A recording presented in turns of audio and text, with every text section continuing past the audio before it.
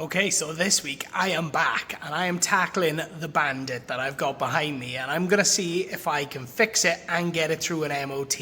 If you're a regular viewer of this channel, you'll already be familiar with the Bandit that I've got back there, and you know that I swapped a cheap, nasty ass 125 motorbike for that beast.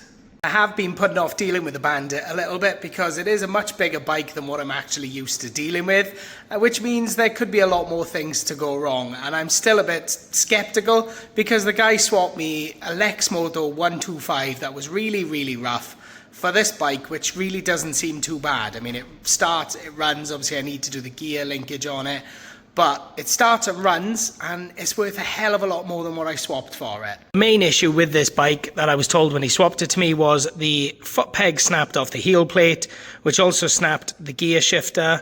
So I have got a new one of those to put on, but let's look at what else is actually wrong with this thing. The rear cowling is cracked, and obviously there is a bit of damage here or there as you go around the bike. You can tell it's hit the floor more than once from different angles.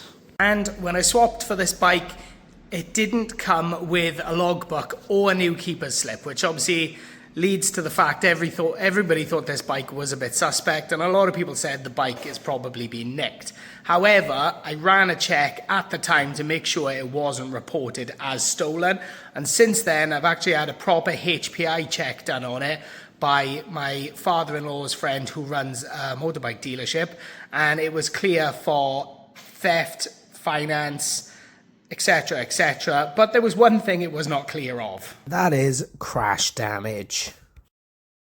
Now, a category C write-off doesn't always mean it's that bad. It's the old category, which is now what I think they call a category N, which is non-structural.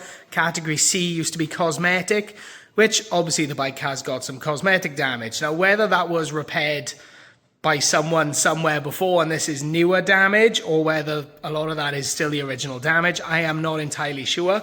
But if we look at the MOT history now, so clearly the category damage has not been a problem for this bike, because until fairly recently it has been MOT'd and used and passed each MOT without too much of a problem. So there is not really any reason why, or as far as I can see, that it shouldn't pass another one. So let's get stuck into that heel plate.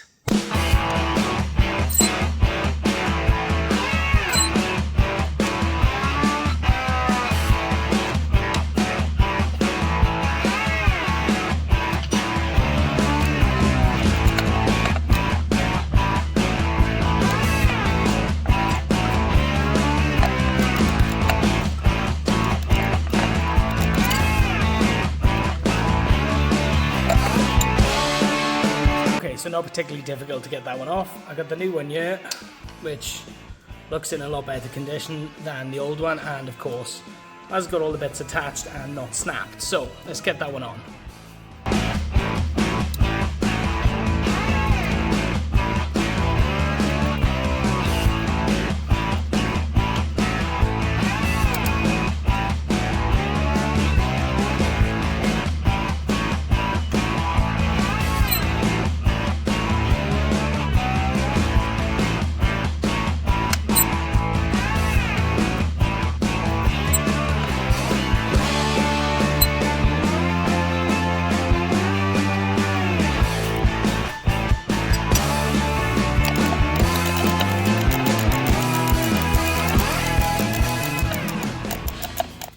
In theory, with that on nice and tight, it should select gears.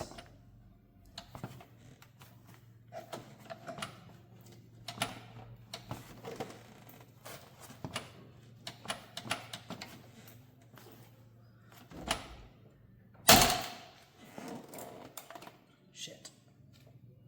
Okay, total mishap there. I was supposed to be fixing this. Obviously, as you saw from the video there, I fixed the heel plate, reconnected the linkage, and then actually managed to snap the linkage. What a flimsy part, because that just totally sheared off. I mean, I put a bit of pressure on it, but I didn't really, that wasn't that much pressure. Why is that broken so easily?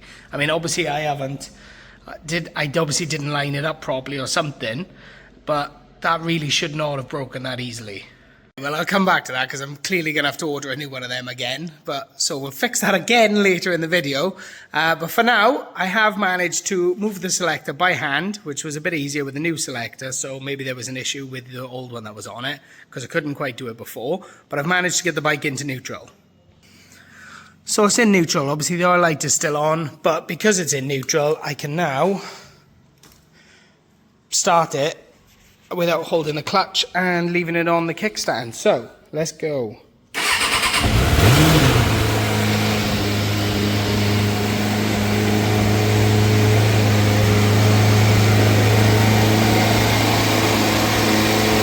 So with the bike actually running on the kickstand, I can give it enough time to warm up and let that engine run to see if there's any problems with it, because normally I just start it up, and because I've got to hold it up and keep it off the kickstand and things, it's never really got a chance to get up to temperature. So you can hear it running there. It's running absolutely fine. I've taken the choke off, so it's idling nice and low. So I'm going to let it warm up and we're going to see if there's any more problems with it at all. While it's running and warming up, we're just going to check for a few electrical things. Do we have indicators? Yes. And yes. Now what I'm not seeing so far are lights, which should be on right now.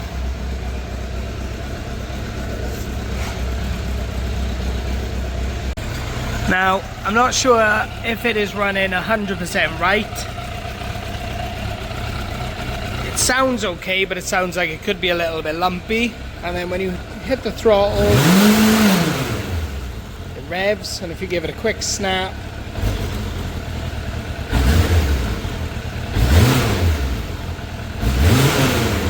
it's not super responsive, but it does rev.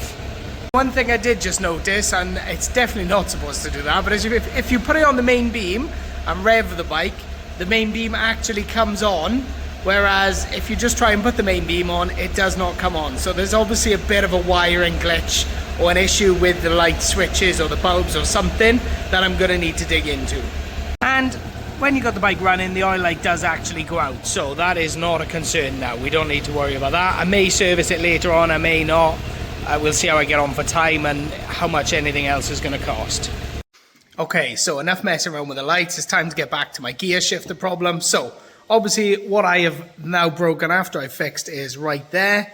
So I've now taken this piece back off the bike, and I have kindly been sent the piece I need by Sam Tate, who is a subscriber and a viewer of this channel, and he also makes his own content. So thank you very much, Sam. I'm going to tag your channel right here. So if anybody loves their bike content, give Sam a look out, because he's been a massive help to me on this. So here's what I'm going to do. I'm going to undo this bolt right here. That should take this piece off. I can put the new piece on. I can get it back on the bike, do all that up, and hopefully we can get this thing shifting gears the way that it's supposed to be. So let's do that right now.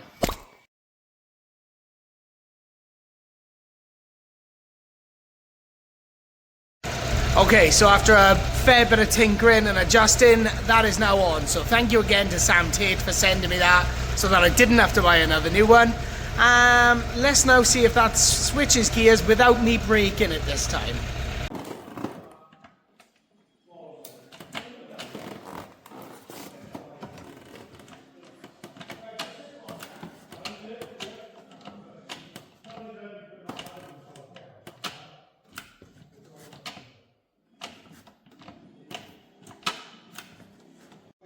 Okay, so that seems to select gears, but there's only one way to test all the gears, and that is to actually get the engine running and select the gears, because otherwise it'll only let me do first and neutral. So let's have a go at that.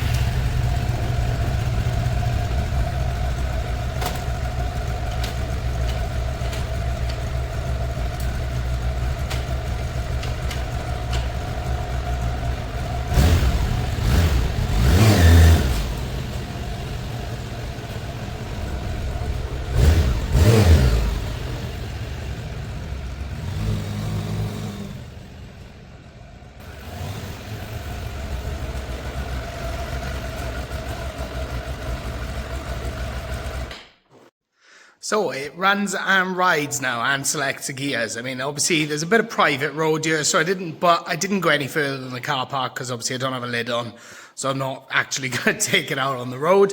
But I got it from first to second, and when I sit on it in a side lane, I can select the rest of the gears. So we know that's working. I know it runs. I know it rides. The brakes work, the brake lights work, the indicators work. The headlight issue seems to have fixed itself, so I'm not sure if it is a break in a cable or if it's like the battery low voltage sort of situation, but the bike does start, so the lights should come on. So I am going to have a little bit of a look into that, but that means that thing is one big step closer to going for an MOT. Okay, bit of a fast forward here, because I am in a total mess trying to get these headlights working. So in order to get a good look at the wiring, I had to take the mirrors off to loosen this piece. They're on the floor there. To get this off, to get to the wiring. And now that I'm at the wiring, what I should have is one of these plugs with a headlight each side. And down there in the bottom, if you can see it, there should be like a projector bulb with a plug that goes onto this. That is not there. This black and white wire should also have one of these, which goes to the other side of the headlight unit with a bulb in it. What these cables actually have is a chocolate block connector with a bunch of wires coming out that I can only assume somebody did in order to fit these aftermarket indicators. They obviously realized they were wrong and wired them in correctly, not brilliantly but correctly, leaving me with a total mess because I now don't have the necessary plugs, connectors or bulbs to get the headlights working.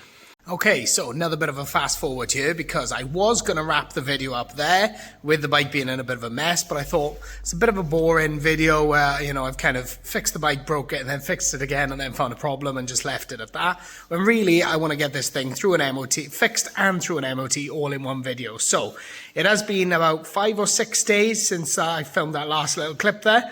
And I have been on eBay and I've actually managed to find the parts that I needed to get this finished. What I've got here is a brand new headlight unit, or brand new second-hand headlight unit, and the wiring loom with all of the bulbs. And the bulb in there that is currently missing from the one that's on the bike. I didn't really want a new headlight unit because, as I said, there is nothing wrong with this actual headlight unit itself. It's just missing the wiring harness and the bulbs, and that was the bit that I wanted, but I couldn't really get them separately, so I just went ahead and made the guy an offer. He wanted like 70 quid plus postage, and I made him an offer because me being me, I don't like to pay full price for anything, and I got it, the whole thing with the wiring harness for just £55, which I think is a great deal because I'll probably be able to sell that one and recoup some of that money as well. So to drop the headlight, there's two 10mm nuts there, and just up here, it is a lot easier if you can get the side panel off, but that nut has rounded, so I'm really struggling to get that off. So I'm just going to try and do it with minimal accessibility. I've already done the other side, so see if I can get these ones off.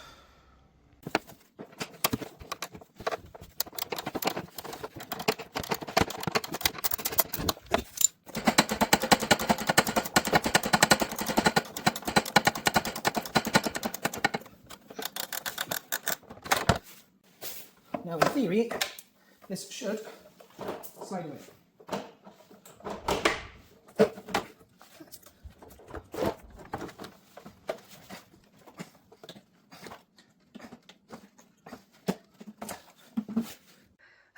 Okay, headlight out, and I've hit a minor speed bump once again. So this is the old loom, which obviously is a bit of a mess, but the old loom has the wiring on it for the indicators, which split here from the headlight. The new loom is purely just the headlight. So first of all, it doesn't have the 6-pin plug wired onto it, but from the black and yellow, or the actual wires, it does not have the indicator wires. So I either need to add the indicator wiring and the 6-pin plug to this loom, the new one, which should work, or I need to repurpose the old loom chop this and add a headlight bulb and rewire on the indicator because I actually broke the wire in or pulled the wire in the crimps when I was getting it off the bike. Not quite sure which way to go right at this minute in time. Okay, not sure why I was making such a big deal of that. I have now done it. So I took the old harness. I have attached a new bulb, or the bulb from the new harness, onto the old one, because I tested the new harness, or the old harness, with a multimeter, and all the wires were good. There was no breaks, nothing like that. They had continuity through them all. I knew the headlight wiring already worked, so I thought it best, rather than trying to splice out the headlight wiring from this one and put it into the new one and then put a 6-pin plug on, if I just use the existing one and just add the headlight where it should be. So hopefully now when I plug it all in, it should work. Fingers crossed. Okay, so after testing it, I've now got a new problem. I have a dipped headlight, which is pretty bright. I've got that parking light which is working, but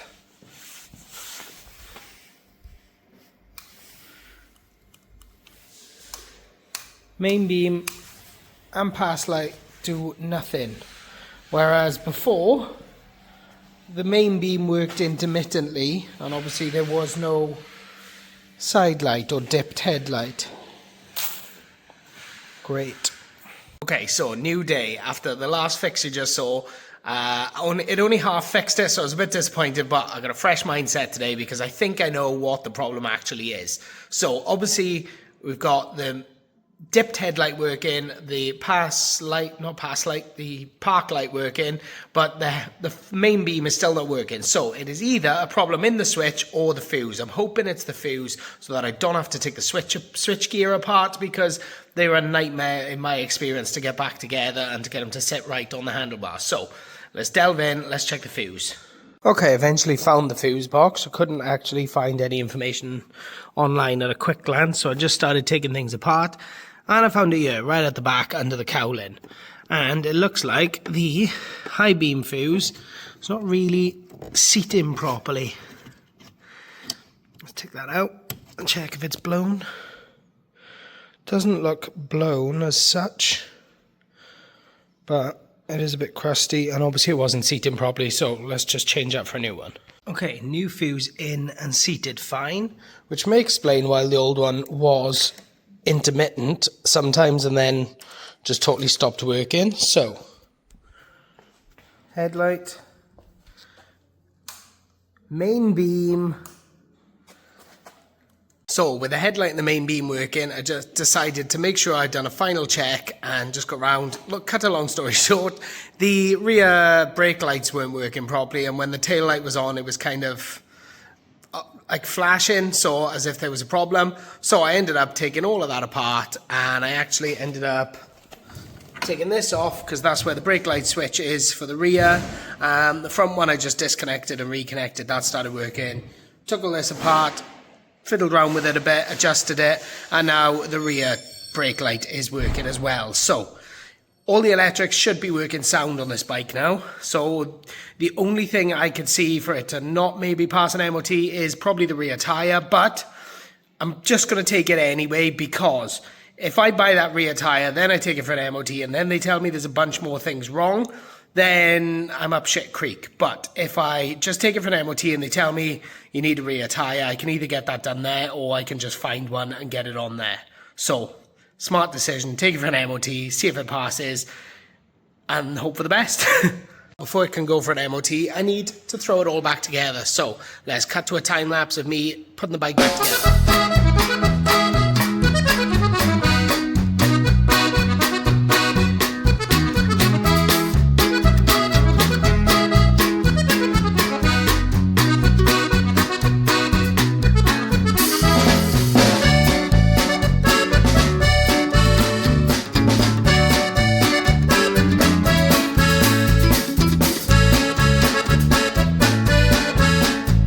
So it is now back together, and I know it doesn't look any different from when I started other than that.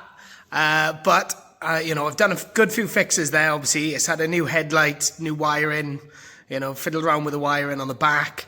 You know, it is now obviously running, riding, changing gears, all the lights, all the indicators, everything is working. So the only thing that I can see visibly that it might fail the MOT on is that rear tyre. So like I said, if it fails on the tyre, I just get a new tyre and it sails through. But if I turn up and they say, oh, it needs a rear tyre and X, Y, and Z, then obviously I've got, you know, a few fixes I can do to get it through an MOT. So let's not waste any more time. Let's get it down for an MOT and let's see what happens. The bike is now dropped off for its MOT. Now, fingers crossed it sails through. I very much doubt it. It's definitely going to need that rear tyre, I think. And maybe some other bits. I don't know. We'll find out what happens. But while we're waiting, I think I should add up what the Bandit actually owes me so far. So obviously the Bandit is a bit of an unusual one because I didn't buy it. I traded for it, and the bike I traded for it was cheap, nasty, but it only owed me 130 quid. So the Bandit initially cost me £130. Then there's the foot plate that I fitted. Now obviously I fitted 2 of those because I broke the first one, and Sam Tate, thank you once again, channel is tagged here, he sent me another one which was, I just paid the postage on, so £5, so that's £30. Then there's the headlight and the wiring, which I paid £55 for, even though I realistically only needed the bulb and the connector for the bulb. So not the best way to fix that on my part, but I have put mine up for sale and I'm hoping to get somewhere between 25 and 30 quid for it. But I'm going to count the full price for now, so 55 quid. And then there is the fee for applying for the logbook, which is £25. Now, obviously I got to wait a while for that logbook to come through, but hopefully by the next video I will have that logbook. But I got to add that cost on to the overall project. And of course the MOT is going to be 29 quid, so we'll add that on as well.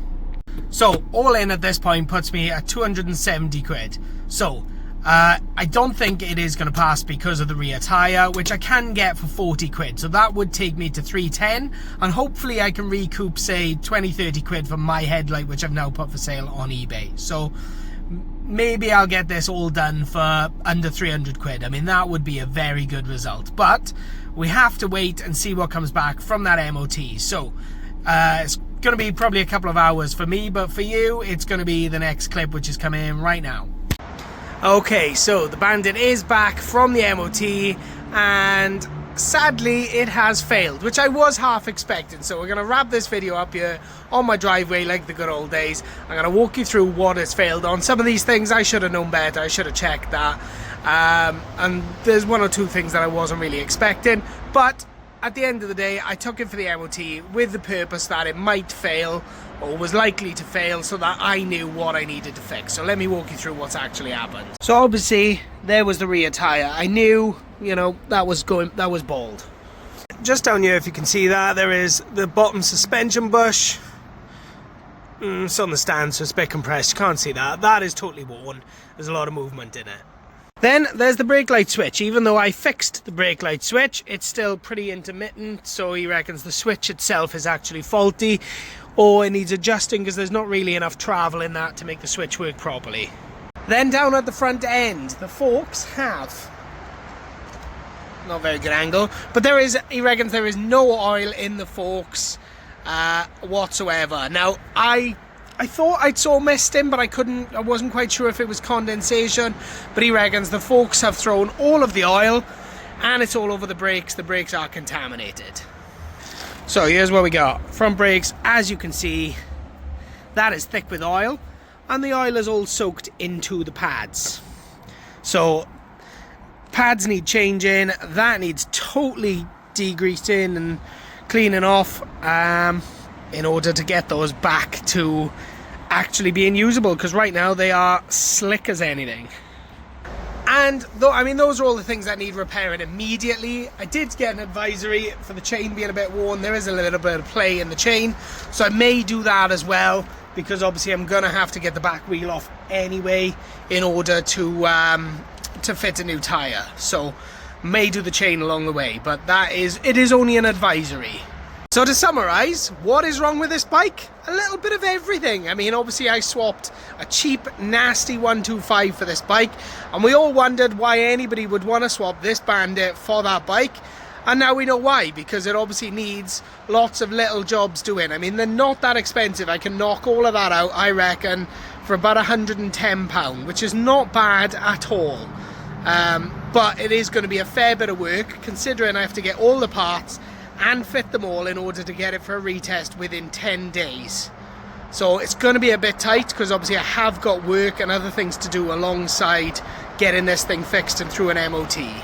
But that does mean the next video I do with this Bandit, there will be a lot of content for me to make with it, of me actually fixing things. And some of these things are going to be jobs that I've never done before. I have never ever taken a set of forks off to change the seals and replace the oil, and then obviously put it all back together. You know, I've done pads and discs on cars. I've never done brake pads on a bike. I'm assuming it's pretty easy, but I'm sure we'll figure that out next week. I've never actually changed the chain, so it's going to be a lot of firsts for me in the next video, and I'm actually really looking forward to it. Normally I'd have a failed MOT and I'd be thinking, I need to get rid of this thing, or you know, what can I do, what, you know, but I'm just going to go for it on this one. So the next video is going to be a lot of repair work, and I'm really looking forward to it. So that is it for this video, and if you're not already subscribed to the channel, then make sure you hit that subscribe button if you want to see me get really stuck into this bike and get it 100% and through that MOT.